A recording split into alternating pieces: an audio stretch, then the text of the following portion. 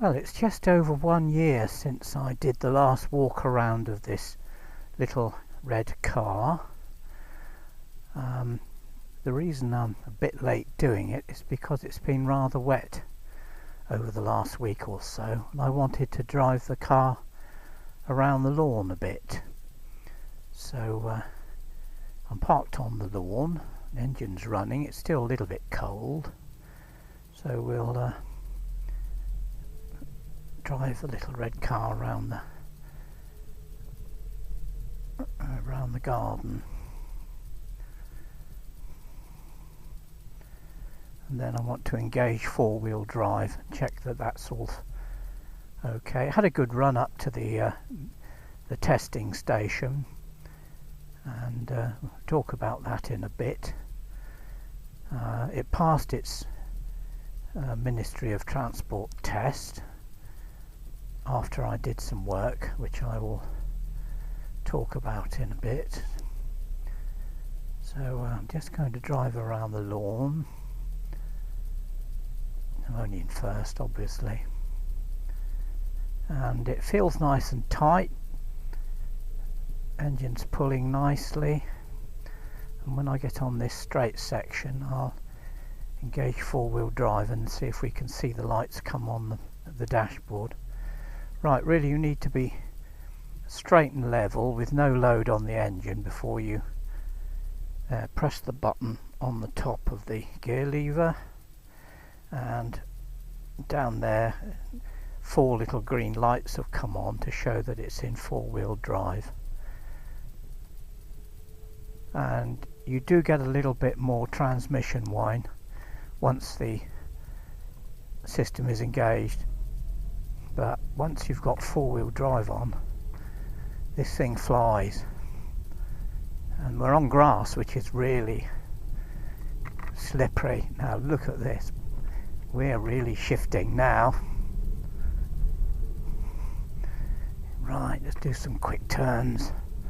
Four-wheel drive is really phenomenal on this little beast, particularly in the snow because it was so light. Right, now we're really hammering it. Okay, well we've done a bit of driving around, so we'll back up and then do the annual walk around, because as I say, it's just over a year since the last one, and I just thought it'd be nice to have a bit of a wander round. Okay, that'll do us. In neutral, take four-wheel drive off and open the bonnet, which I've done. There's a nice little lever down here which is a nice touch for an old car. You pull the lever and the rear hatch opens, and up the hatch comes, and inside I keep all my spare parts for this little animal. That's the latest thing I had to get. It's an old part, an old Lucas part, and I've got various bits and pieces, gasket sets, spare lights, anything that crops up really. These sorts of things are hard to come by for old cars, 30-year-old cars, so if I see them going at a reasonable price, I buy them. This one's not wonderful, but it's all intact. Got plenty of oil filters here, and more importantly I keep spare spark plugs in here. There, brand new NGK spark plug. Now when I was taking this car to the test station, it started to misfire, and I'd had one or two misfires before, so I changed the coil to plug lead, which you'll see. It worked up to a point, but when I got to the testing station she was running on 2 because it's a triple, and luckily I know everyone that works there, and so we fiddled around and discovered, unusually, that the spark plug had failed. It failed at low revs. So because I carry a good selection of parts, I just put a new plug in and the job was done. To lock the hatch, we can use a key or just push that lever across and down it goes, and it's locked. Of course there's no central locking, of course. So quick look at the engine and you'll see what I mean about there. You see it's a different, slightly different colour plug lead on there, which I possibly didn't need to put on, but anyway, she's running really nicely now, as you can possibly hear, and that little problem was overcome.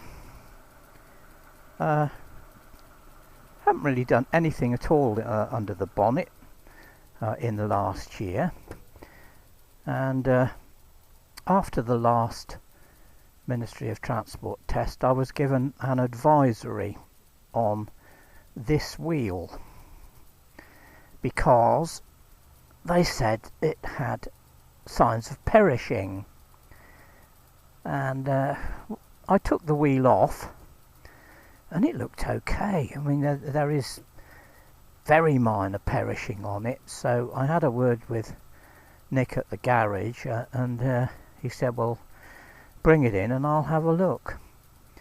And sure enough, when I did take it in, he said, well, it's within acceptable limits.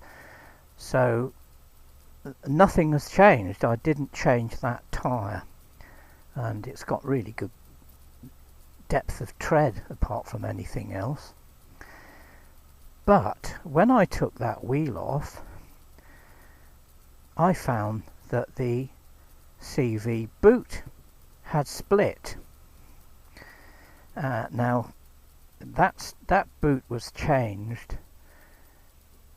possibly 10 years ago, and it just shows that the modern rubbers just don't last as long as the originals. I mean, the CV boots on the rear are as old as the car, so that's 30 years plus, but of course they only go up and down. They don't move in 3 planes like the front ones do. So there was the job to do, an unexpected job. So there we are. I changed the CV boot, and considering it hadn't done very many miles, I was a little bit surprised, but it's obviously just down to the age of the rubber, and it gave up, and that was that. I mentioned last year about rust bubble, a rust bubble which is here. You couldn't really see it last year. It isn't any bigger, and I haven't done anything about it. And I also mentioned a crack. Well, the crack is there, and that has got bigger, but you can see it looks, well, you may not be able to see in this light, but it's very white because I keep it filled with wax polish when the car's outside. But this whole area will need to be rubbed down and checked out, and I will need to get hold of some paint, so that's one of the jobs on my list. It was looking nicer than this. As I say, it's probably 10 days or so since the MOT was done, and you can see that the rain has caused it to run a bit here and there, and the red paint is really not as good as it used to be. It's not bad, but there you go. 1989 car, what can you expect? 32 years isn't too bad. The bonnet, as I said last year, I don't think it's any worse than it was this time last year actually. I do keep it polished as much as I can, and exactly the same applies now as did then.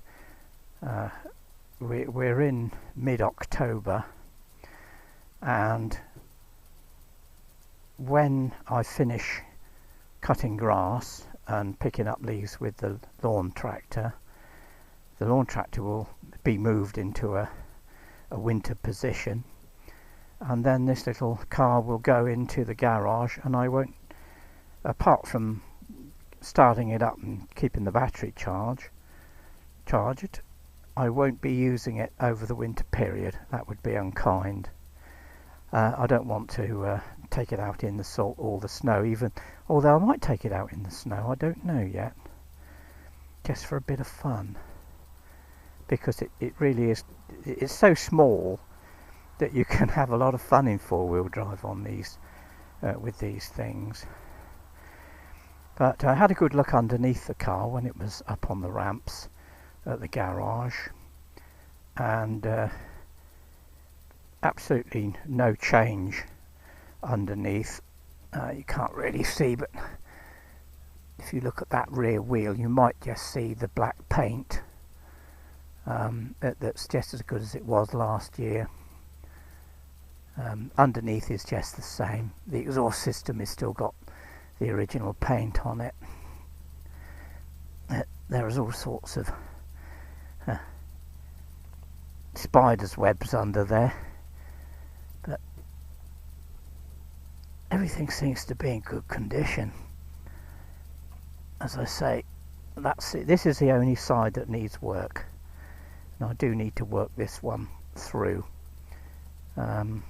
Maybe I'll make part of it a project for this winter, but I do need to get the proper paint first. So there we are, 1 year on from the last walk around, and apart from a new rubber CV boot, it's had nothing done to it, and that 12 months seems to have disappeared in no time. But it's a lovely little car. I'm really fond of it. So I'll get in and drive it back to the top of the garden, and that'll be that for this year. But yeah, she's running very well. In we get. Right, well, I took four-wheel drive off, and there's the picture of a little car there on the dash, and it sort of illuminates for various things. We've got full beam on at the moment, and the little picture of the car shows two headlamps on full beam. So full beam off. There's also the rear windscreen heater. The same little car shows the picture of the rear window illuminated. I don't know if you can see.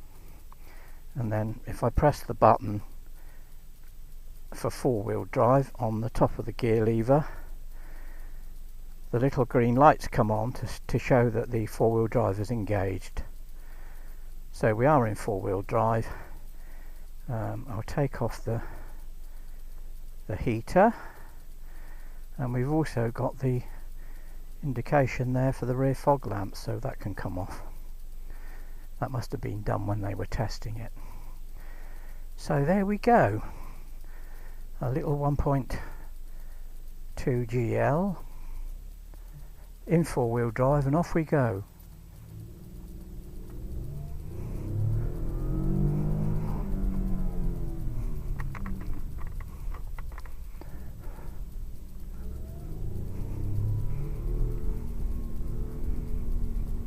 She's flying.